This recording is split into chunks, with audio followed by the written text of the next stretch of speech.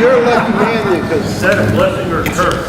All right, security technologies for hardening your church or private school. So to me, churches are just like schools. It's a matter, I mean, we're educational institutions. We all meet at the same time. It's all well publicized. And the bad guys know where we are. They know what time we meet. Just same thing as schools. They know what time the school starts, what time they get out. What time do schools get out? Usually about 3 o'clock. So when the bad guys know when everybody's going to be there, when all the kids are going back and forth. Just remember that that active shooter incidences only last a few minutes. The New Life Church shooting that Jeff just got through talking about. Jeff, how long did that take? Over 3 minutes. About 3 minutes. The policemen that were, actually the theory is that he waited until he saw the marked police car drive out of the parking lot, and they were, the story goes that they were 1 mile down the street when they heard the 911, when they heard the dispatch call them back to the active shooter. And by the time they were there, it was gone. It was over with. So this is not something that police usually are able to respond to and get there in time to interface at all with the active shooter. So really it's up to us. I mean, they call the police and EMS, what they call them, first responders. Okay, the people that are there at the time, we call those initial responders. That's you guys, the ones that are already there. So it's up to you to interface with the active shooter and stop him. What's our number one directive as gatekeepers?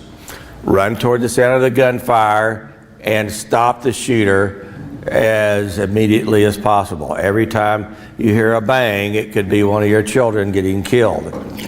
So we say, shoot them with prejudice. I want you to just shoot him in the back of the head. There's no drop the gun or anything like that. He's already killing people. Shoot him and shoot him a bunch. In our training, we practice what we call the Istanbul drill. Anybody know what the Istanbul drill is, other than the gatekeepers that know? What happened in the Istanbul deal? It was well, you know what the El Presidente drill is, right? 2 to the chest, 1 to the head. Okay, Istanbul is 2 to the chest, 1 to the head, and then a couple more to the head. In the Istanbul airport shooting, the terrorist came in and was mowing down people with the AK-47. He got shot, he went down, and on the video, you see the security guard running up to him and going, ah, and then running off, and then you see this boom. Because the guy, just because he went down doesn't mean he was dead. He went, oh, and he pulled out that little button and pushed the button.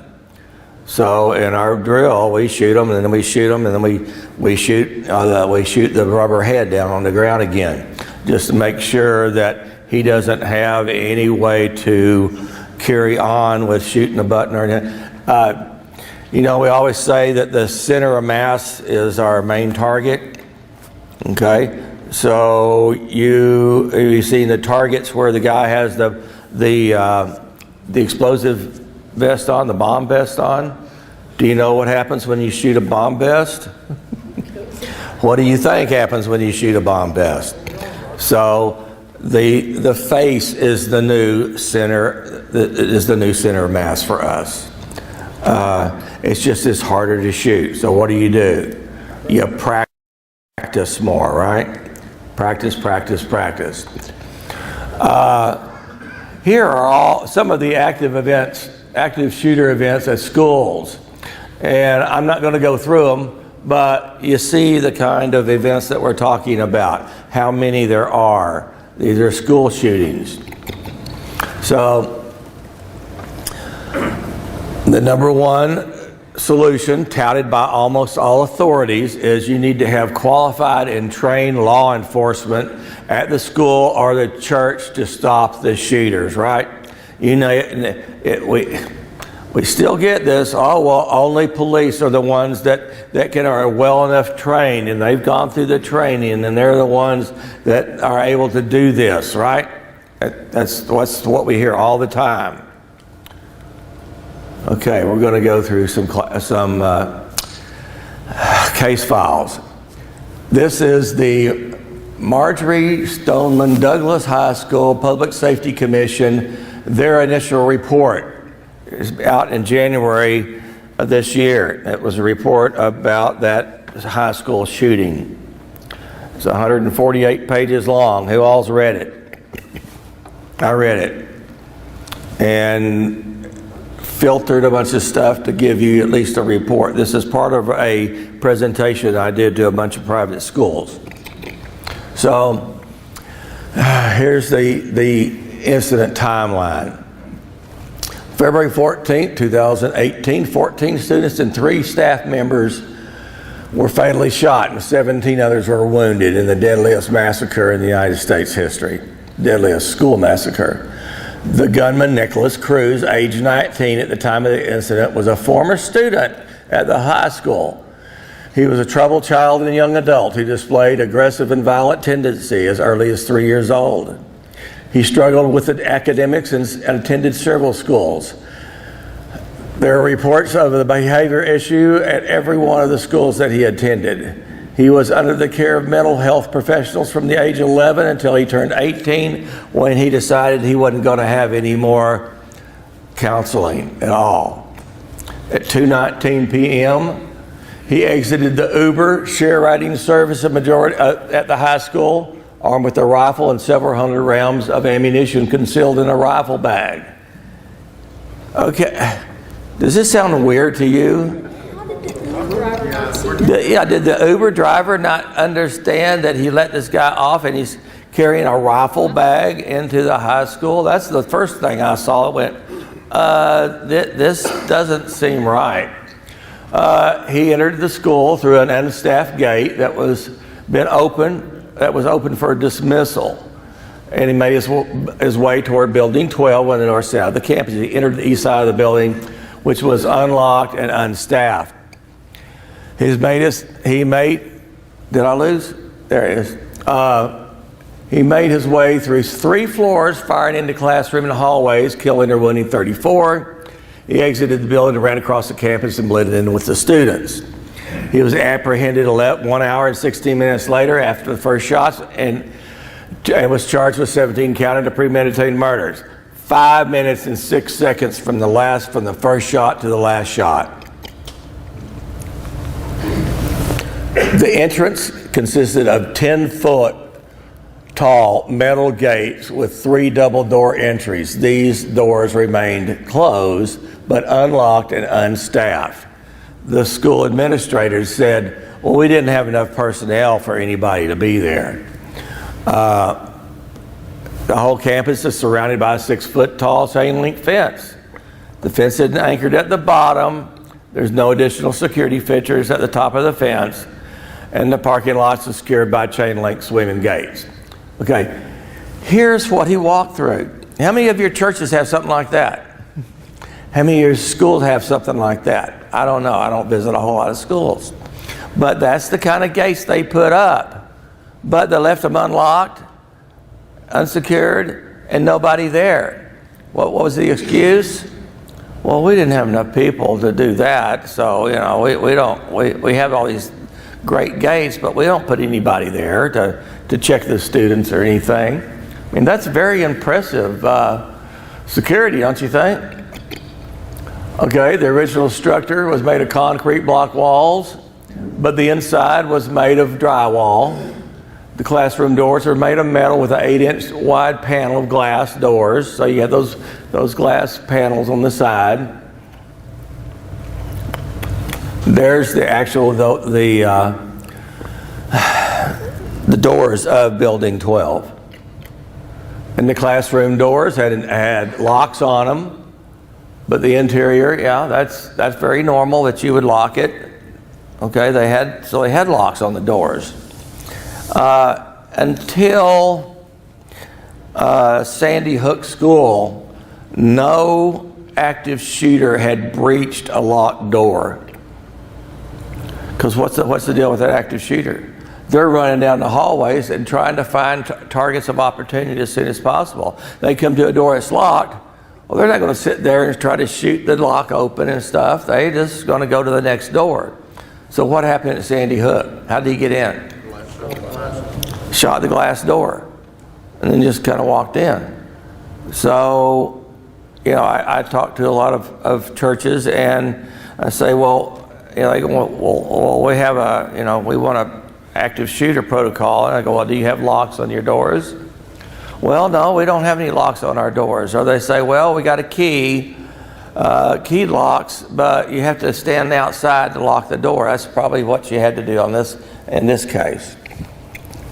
So they had video surveillance. They had a bunch of 13 cameras located in the building. But there weren't any cameras located in the classrooms. Okay. The cameras located in the East Stairwell building captured him entering the building and preparing his weapon. Here's another key thing. The school district does not allow law enforcement live, real-time, remote, or independent access to the school campus video systems. And they say that really impeded them from being able to look into the school. So that's another thing they learned. It's like, well, why wouldn't you let law enforcement have access to your video surveillance system, even you know, like a remote access? You know, every video system, I think, even the ones that will tell me if somebody's at my front door, can be accessed over the internet, or you know, in some cases over your mobile phone or whatever. But that's a key thing they learned, that, well, I guess we ought to give them access to our video surveillance system. The glass witness in the classroom allowed him line of sight, but there was no pre-designated window coverings for the teachers to cover the classroom. That's another thing that we learn, is that there should be some kind of window covering of some kind, or even a piece of construction paper that you can put over the window, that so the bad guy can't look in. Some bullets penetrated the walls, but he didn't intentionally shoot through the walls, and had he done that, he probably could have shot a lot more people. So there was a resource officer. Oh, they had a police person there at the school. At the time of the shooting, Deputy Peterson was wearing a standard patrol uniform, but he was not wearing his ballistic vest. Oh, it was probably too hot that day, right? Surveillance video from the school confirmed that he had both his agency radio and the school radio on his shirt lapels. He wore a handgun in his gun belt with no indication that he had a rifle accessible.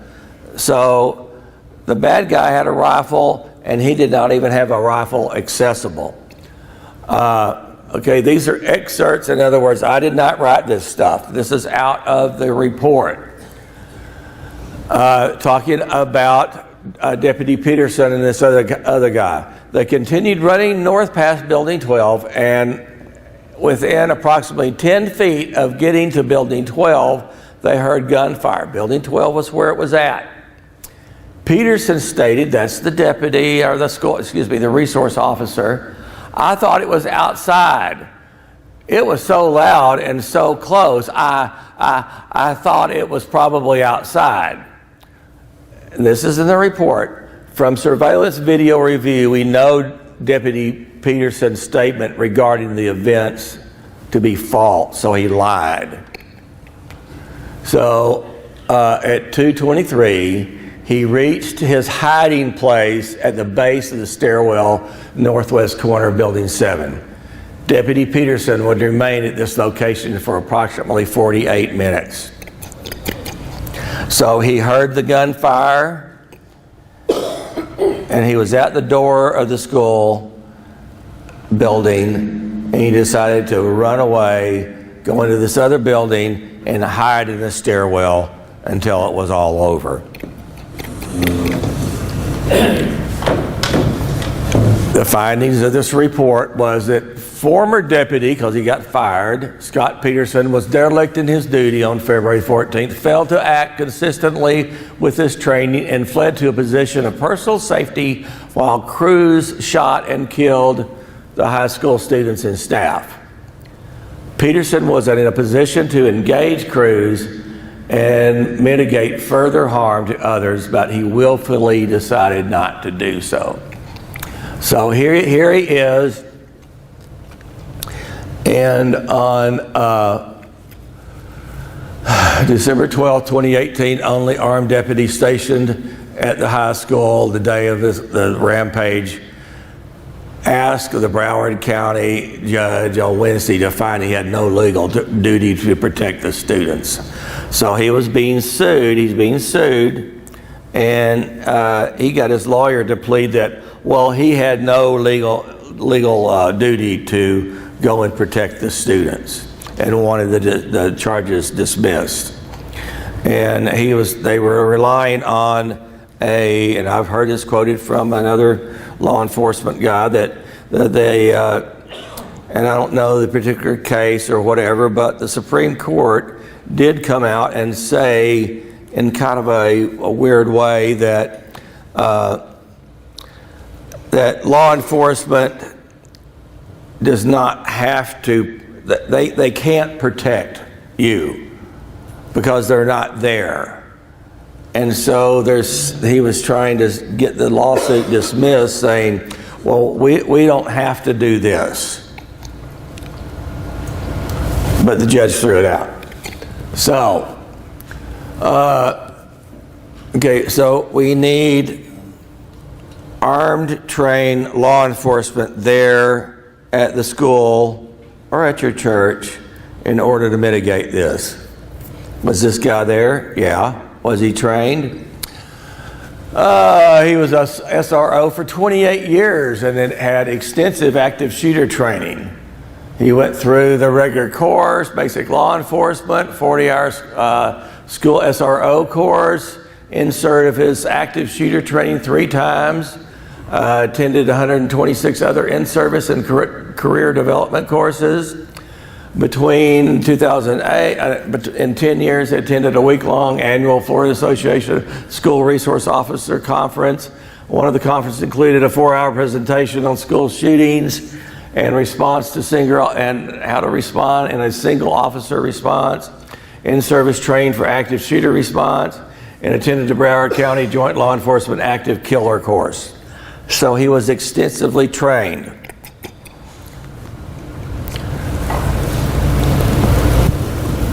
So what was that solution? Have qualified and trained law enforcement officers at the school to stop the church shooters, stop the school or church shooters.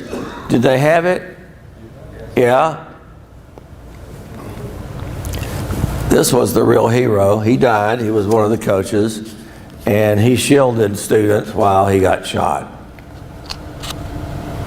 So what do you think of this Peterson guy? What's a one-word description? Huh? Starts with a C, right? It's coward. What's the one-word description of the coach that shielded people? So, do you think, Mr. Gatekeeper, that you could have done something? That you would do something? What's your number 1 directive? Run toward the sound of the gunfire and stop the killing? And what do I tell you in training? If you're not prepared to do that, you need to leave training. You need not to do this. That's our number 1 directive, is to run toward the sound of the gunfire. I mean, you may not be a 18-year SWAT guy or, a Navy SEAL or whatever, but you volunteered to do this job. And if you're a coward, you don't need to be doing this job. So, recommended from the report, the Guardian program. I'm going to describe the Guardian program and the School Marshal program. In the School Marshal program, it came out a number of years ago, It is for public schools, and the way it works is that a school district, public school district, would authorize this program. Anybody that can pass the background check can participate in this program. It is an 80-hour program. It is given by local law enforcement or police academies. Hardly any police academies will give it because they don't believe in it. I know a couple of people that have gone through it. One of the features that they had of that marshal program was that the marshal, the teacher, the coach, whoever it was, the administrator, could have the gun, but they had to have it locked in a drawer and could not wear it. There has recently been a bill introduced to make it just so that the school marshal can carry the gun with them. I don't know if it passed yet or not, but it's in the works. There's another program called the Guardian program. I talked to somebody earlier that had gone through it or knows about it. The Guardian program is only a 2-day class, and you have to have an LTC in order to be in it. What did we say about the LTC program? How great it is? Not really, okay. I wanted to know what it was or how it worked, so I went to the Guardian program. I wrote an article for you guys that read my material. It says, Chuck Chadwick gets schooled in school security. So I went to the program. It's a 2-day class. You have to have your LTC. And he went through all the laws and some scenarios and stuff like that. We went to the range, and the best part about the program is that you had to shoot a .225, which is instructor level. So that made sure that you had to be able to shoot. Part of the program is they say, well, you're going to learn or you're going to shoot at targets under stress. And I thought it was going to be stress inoculation type shooting, but what it was, he said, take your gun and put 5 bullets in it and put it down on the table and turn around and face me, and the target's over there. And he said, when I tell you to, I want you to turn around, I want you to pick the gun up, and I want you to shoot, and I need you to, shoot within 5 seconds or something like that. So it was real easy. The most awkward part was picking a gun up that's not in a holster, because usually when you draw a weapon, the trigger is covered, so you can draw it out, and not until it's out do you put your finger on the trigger when you've got your sights downrange. So that was very awkward and very impractical. That was that part of the program. And then they had a guy all dressed up in a sim suit. That's where you can shoot him, it doesn't really hurt that much. And had us stay inside this room, and he would knock on the outside door, and they would slam on the table a couple of times, so they'd be shouting active shooter, and the guy would walk in and you were supposed to shoot him. So the guy would walk in and you shoot him. Okay, that was it. That was the extent of the training. And I didn't think a whole lot of this training. Plus, the whole premise of this was that you're not trained to go, hear gunshots down the hall. You're not trained to go down the hall and engage the shooter. You are supposed to stay inside the room, barricade the door, and protect the students that are in the room, period. So that's the Guardian program. And the whole deal there is that in the Guardian program, the teacher or whoever can keep the gun on them concealed. So in both cases, the programs for public schools are that they're going to have some kind of firearm qualification, and they're not programmed or they're not taught to go and kill the bad guy, which is your prime directive. I mean, it may be in the auditorium where the bad guy starts shooting, or it may be down in the children's wing, but your responsibility is to go down there. Now, in our training, we didn't go through those scenarios other than in the judgmental scenarios, right? Where we went through the laser training. And so, yeah, you had some judgmental decisions to make there, but I encourage you to get more training. And we have discussed giving more training like that, but we just actually don't have enough time to do that. But we encourage you to come to the range and arrange like a day that you are going to come and do more active shooter training, or just tactical training, going around barriers and stuff.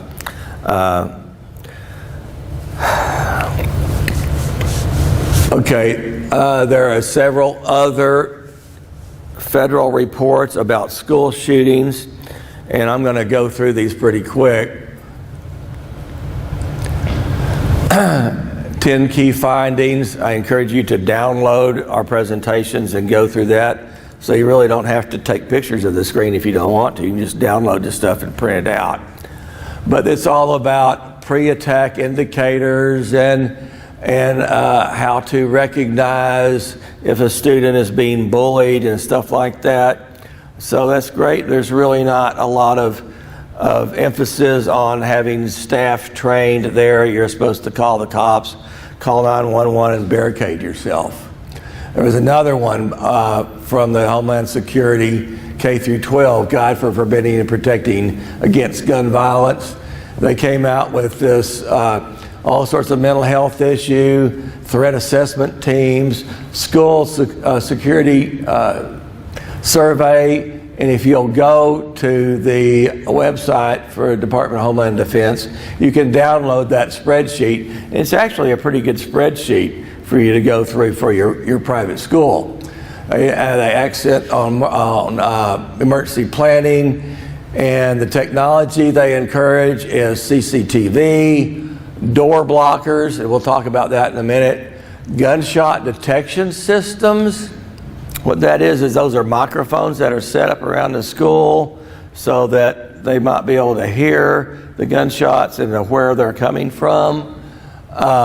Panic buttons. We encourage panic buttons, especially for receptionists at your school and or your church too.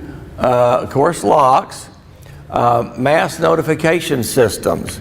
Technology there is you can send out a text to hundreds or if not thousands of people. A lot of universities have adopted some of those types of systems.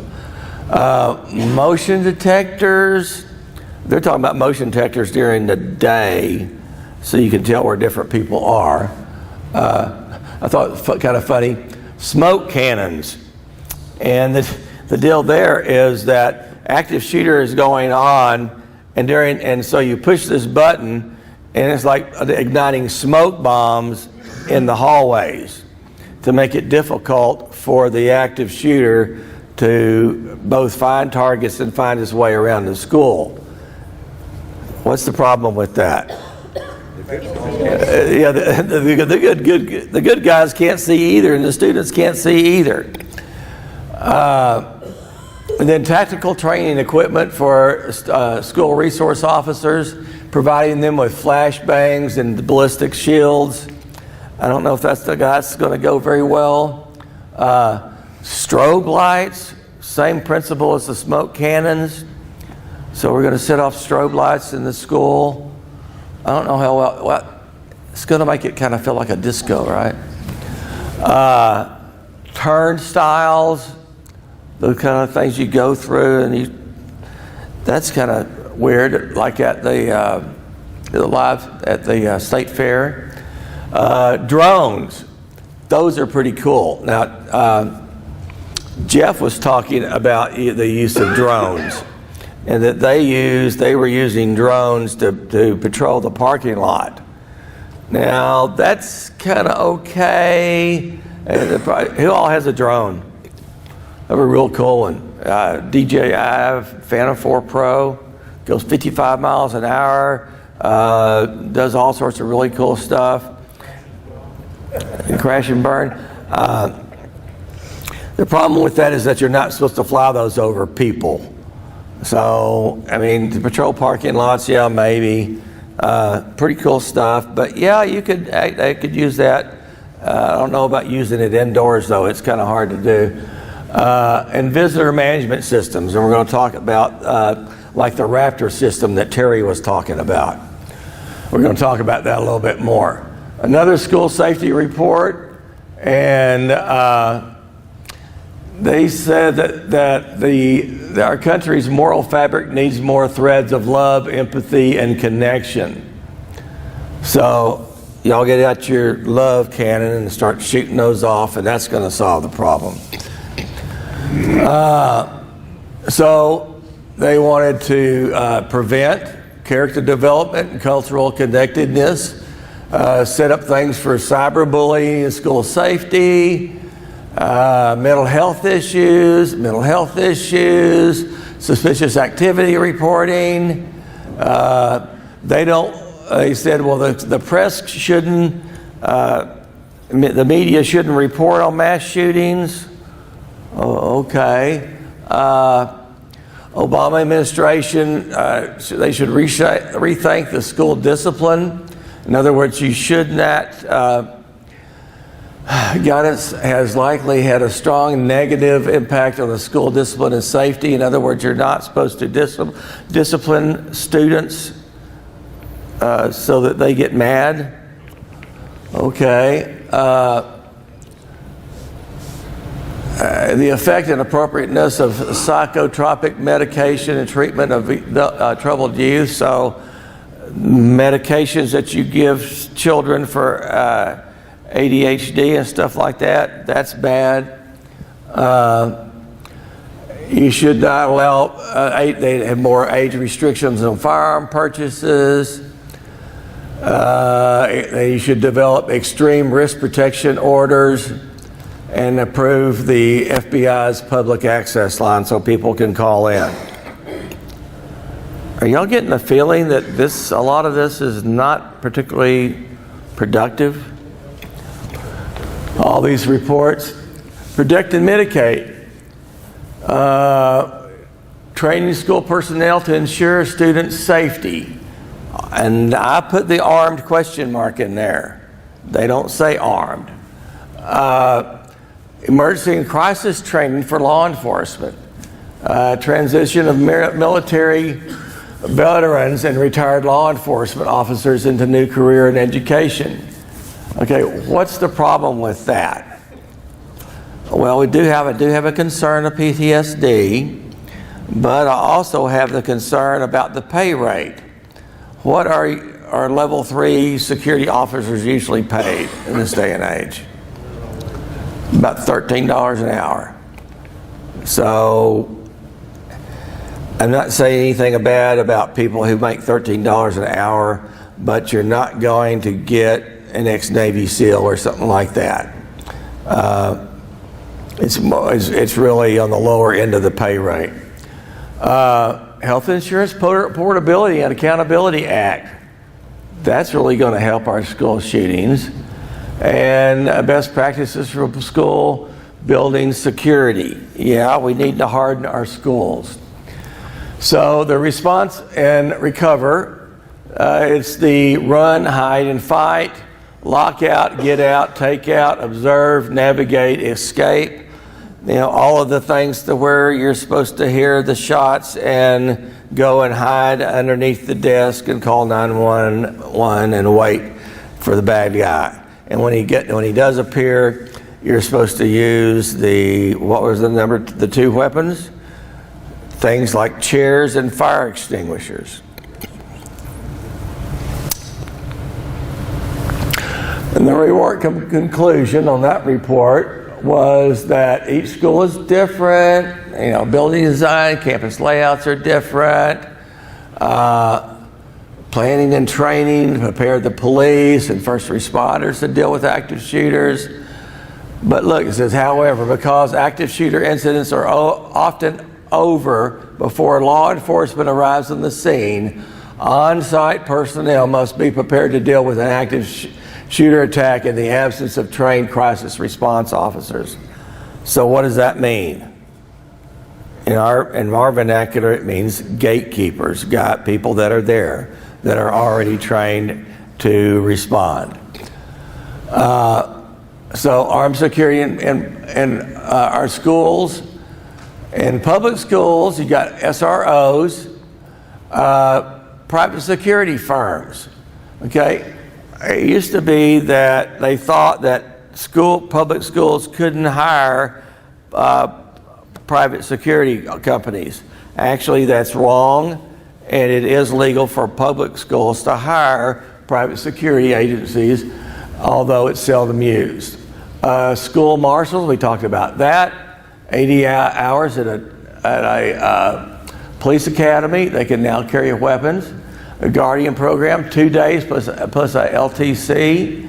And in all of these, the school marshal and the guardian program liability falls on the individual and the schools, and usually they don't even have insurance. Terry talked about this and how they had difficulties at first having their gatekeepers at a private school or a licensed daycare facility. And they finally got it straightened out and found out and documented that yes, that it is legal for them to do that. That's what they do now. Options for private schools. So you can hire local law enforcement, but usually local law enforcement is good for like 4-hour gigs and stuff like that, not really there for private schools for all day long. It just doesn't really happen. They can hire a third-party private security company, and so that's practical, although it costs a whole lot of money, right? A letter of authority. The school can become its own private security company, just like the church can. Where's the liability fall? On the school and on the teachers. Or, again, we come back to the Gatekeeper program like Terry and them have done. So here is the cost. So cost, if you were to hire local law enforcement, $45 an hour. 75,600 minutes is the mandated amount of school time mandated by the state of Texas. You got to have that many minutes of school. And so if you were to do that, it's going to cost you about $73,000 per officer per year, plus any sporting events, field trips, extracurricular activity. So it's difficult, if not impossible, to get coverage. Hire a private security firm. If you were to do it at $30 an hour, it's going to be $50,000 a year, plus any sporting events, field trips, and extracurricular activities. So usually you're going to get a person that's making about $38,000. Private letter of authority. What you've got to do, just like a church would, you have to have a company license, the original and the renewal, manager license, the testing, renewal, manager salary, the employee or the officer salary, the employee licensing and the renewal, all the training, fingerprinting, background check, all the armed guard insurance, and the workman's comp insurance. So there's a lot of money there. So I tell you what all the qualified manager has to have: at least 3 years experience and 1 year in managerial supervisory position, to go through an examination and all the things they have to do in order to be qualified. So the Gatekeeper program, again, we only do churches, private schools, and ministries. We've never had a deadly force incident in the 13 years we've been doing this. And I give that credit to the Holy Spirit. We give the absolute best in private security training. We're experienced, licensed, and certified instructors. We talked about this level 2, 3, and 4 already. We talked about the program that you have to go through. AR training is an option. All the cost that's associated with it. The only difference here is what we didn't talk about before is that at some point, the $11.20 an hour gets to be prohibitive if you had a full-time person. It'd be like $1,600 a month just in the licensing, just in the fees. So what we do, and we do this for a lot of churches too, is that we will take staff members, pastors, administrators, coaches, people like that, and we will put them on 24/7, 7 days a week for $485 or $500 a month, which covers them 24/7, 365. So that's our program for staff members, and if you want to have somebody who's there all the time, per person, we have a lot of schools that do this and a lot of churches that do this. Other security strategies. Evacuation, of course, you're going to need to have fire evacuation or hazardous material evacuation plans. You need to have shelter in place or tornado or active shooter plans. Here is a school that is looking at the Gatekeeper program, but this is really cool. They took half of one of their buildings and turned it into a tornado shelter. They put, see these doors right here, it says Storm Pro, use windows for storm rating. Impact, a 15-pound 2x4 at 100 miles an hour. That door can take that. They built the walls all the way to the deck, and the deck, the floor above that is solid concrete. So you have concrete structure all the way above, and all the walls are made of concrete. The windows that go outside are these kind of doors and windows that had that label on them. They're storm doors. And then they have a way to equalize the pressure with these vents on the outside. So they've made a tornado shelter out of half of one of their buildings. It's like a cafeteria, but everybody in that school can run into that room, and it's a tornado shelter.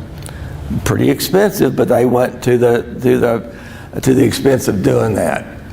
That's what the windows look like when their doors are open and you can see outside. But they could shut those doors, and they're tornado-proof doors. Get local law enforcement involved. Let them look at the floor plans and the campus layout. Give them access to video surveillance systems. Give them keys and access cards to access control systems so they can get in the doors.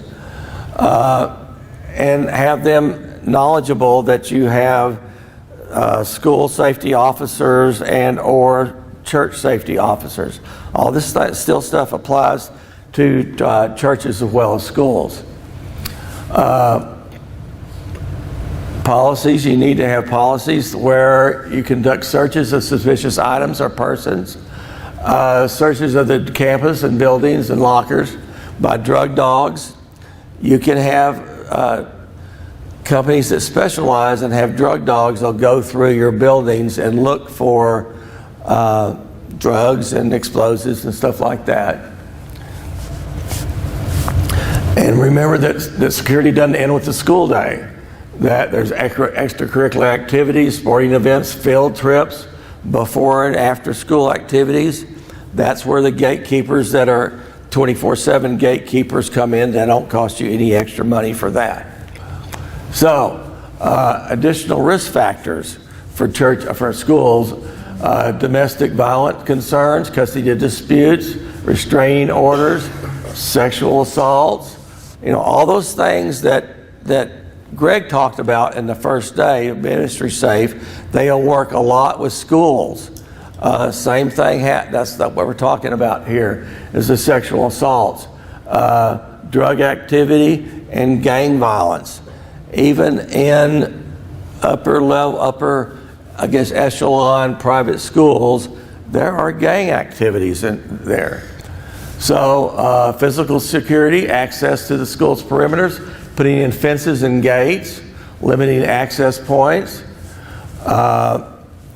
having the building entrances and exits monitored and locked down during the school day. We had a church school in Houston that had access control on all their buildings, and the doors in between, it was a K through 12 school, and in between the different classes, the doors would automatically unlock. The kids could go back and forth, and then they'd have the warning bell, and then they'd have the doors locked down again. And the kids did not have access control cards. They had to make it. If they didn't make it inside the building in time, they had to go around to the front and get let in by the staff. Emergency exit alarms. That's where you come up to an emergency exit and you push the panic bar, and it sets off an alarm, and it gives, in 15 seconds, it finally releases the door, but that way nobody can grab a kid and run out the emergency exit without setting off an alarm and causing a pause in that exit. Individual classroom to be locked from the inside. So the ability to do that is a good hardening activity. Deployable door window blockers. Here's a couple. One's a fold over, one's a pull down to be able to block those windows. You might have seen the pamphlets on one of the tables out there of the bolo stick. What these devices are is what it shows right here is that they're installed at the bottom of the doors, and you have one of these solid metal bars that are hung on a key ring over here beside the door on the inside, so that if a lockdown alarm goes into effect, you can basically shut the door and drop this rod down into the bottom of the door, into the ground, or into the floor where a hole's drilled, and the active shooter can't get in. I mean, he can blow the doorknob off, and it's still locked at the very back, at the very bottom. There's several manufacturers that do this. The cost is about $50 a door, plus installing, but anybody can really install it.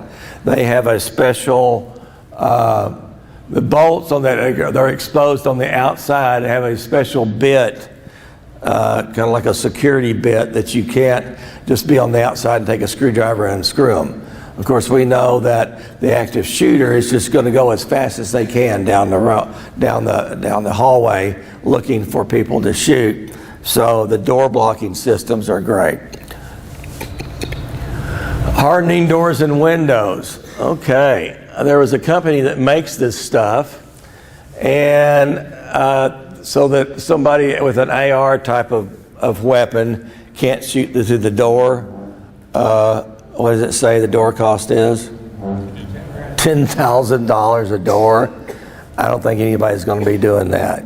So the best you can probably do is to have the window blockers and one of those door blockers at the bottom of the door where the guy really can't get in, and then to have the kids hide in the corners away from the windows and the doors.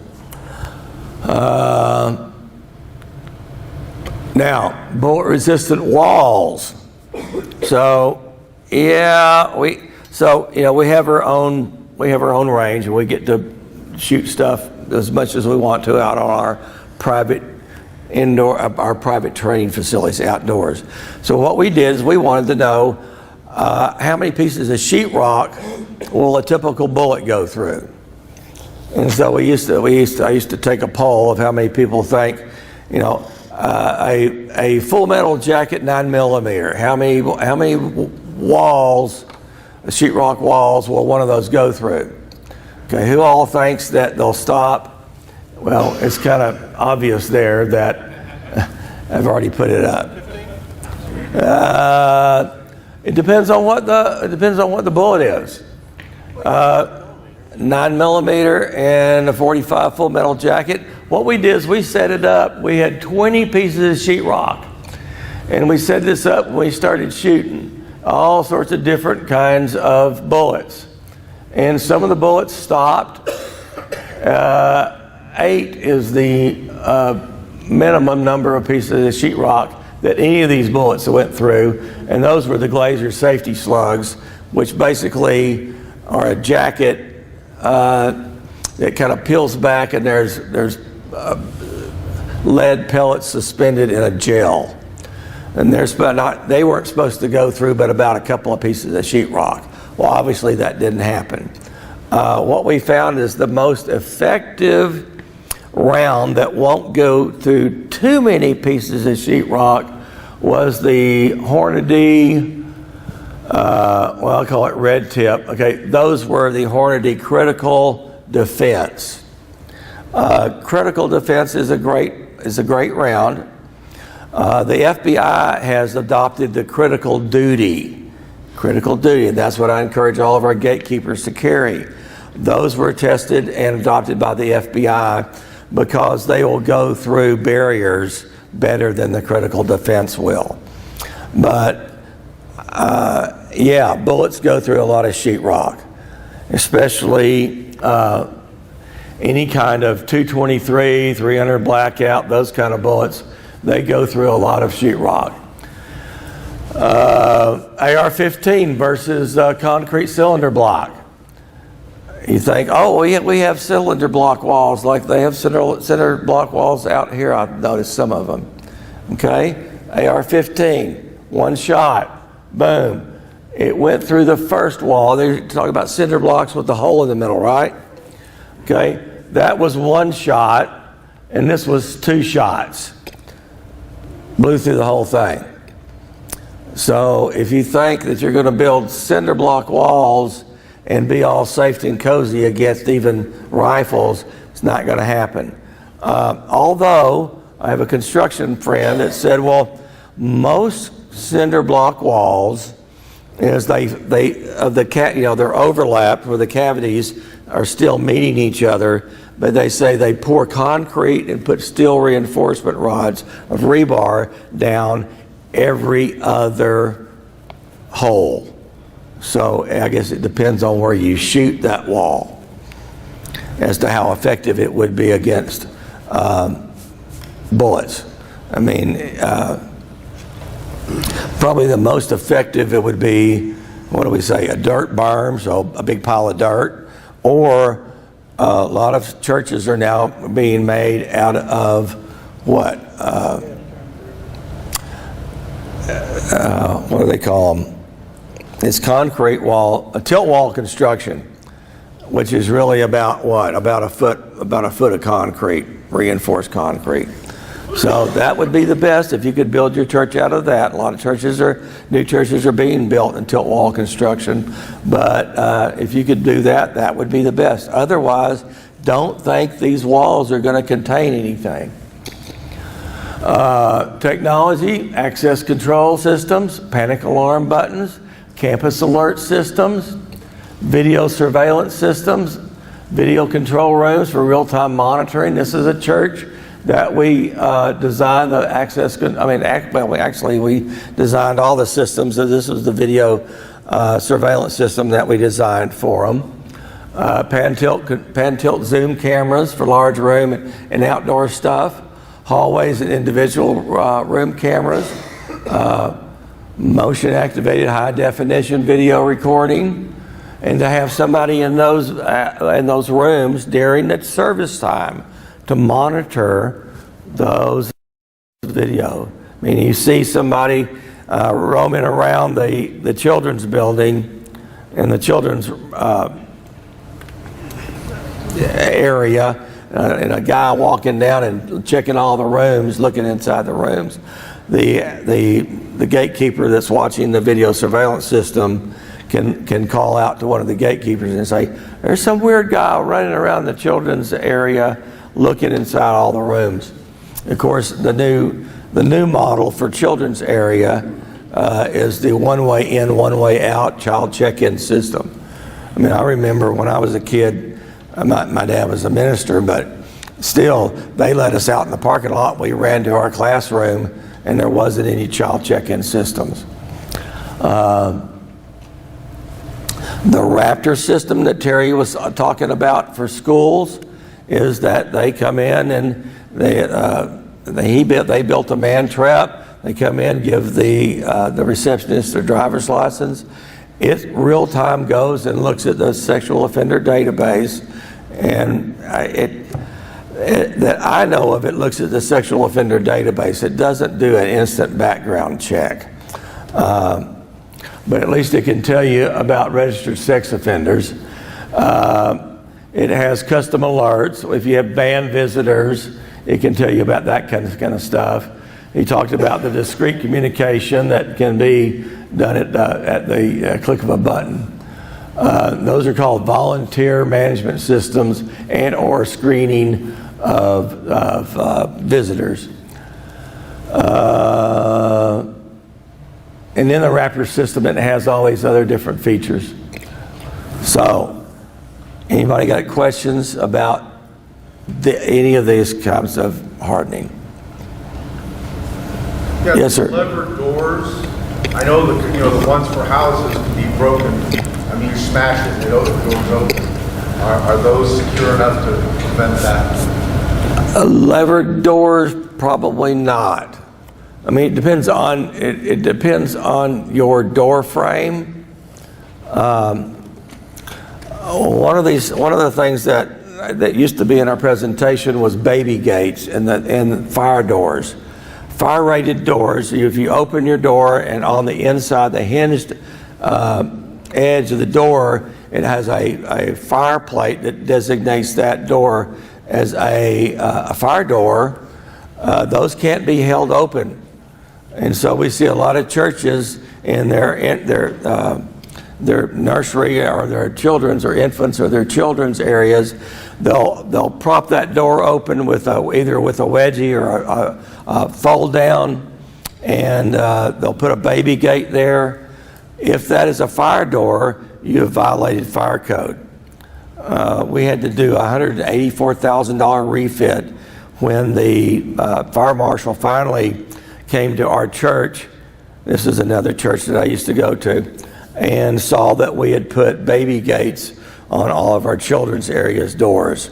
And he said, we're going to close down the school. I mean, close down the church if you don't get those wedgies out of here, they'll fall down. The only way that you can hold open a fire door is either with a live person. You can't put a dead person there. You got to put a live person there to hold the door open. Or one of these door magnetic holders, where you open the door and the door stays open with a magnetic holder, that when the fire alarm goes off, it actually drops that magnet and the door will close with a closer. All fire doors have to have a closer on them, and they have to have a positive locking. So the problem is with children's areas, everybody doesn't want the kids to run out, so they put the baby gates there. That what you have to end up doing is putting Dutch doors, so fire-rated Dutch doors. So you have the bottom door closed, the top of the door is held open with a magnetic holder, hold open, so that if the fire alarm goes off, it will release that magnet and the door will close by itself. Very expensive because it has to be a fire door, and you have to convert the door to be a 4-hinge door instead of a 3-hinge door, so that you have to replace the entire door frame to be a fire-rated door frame.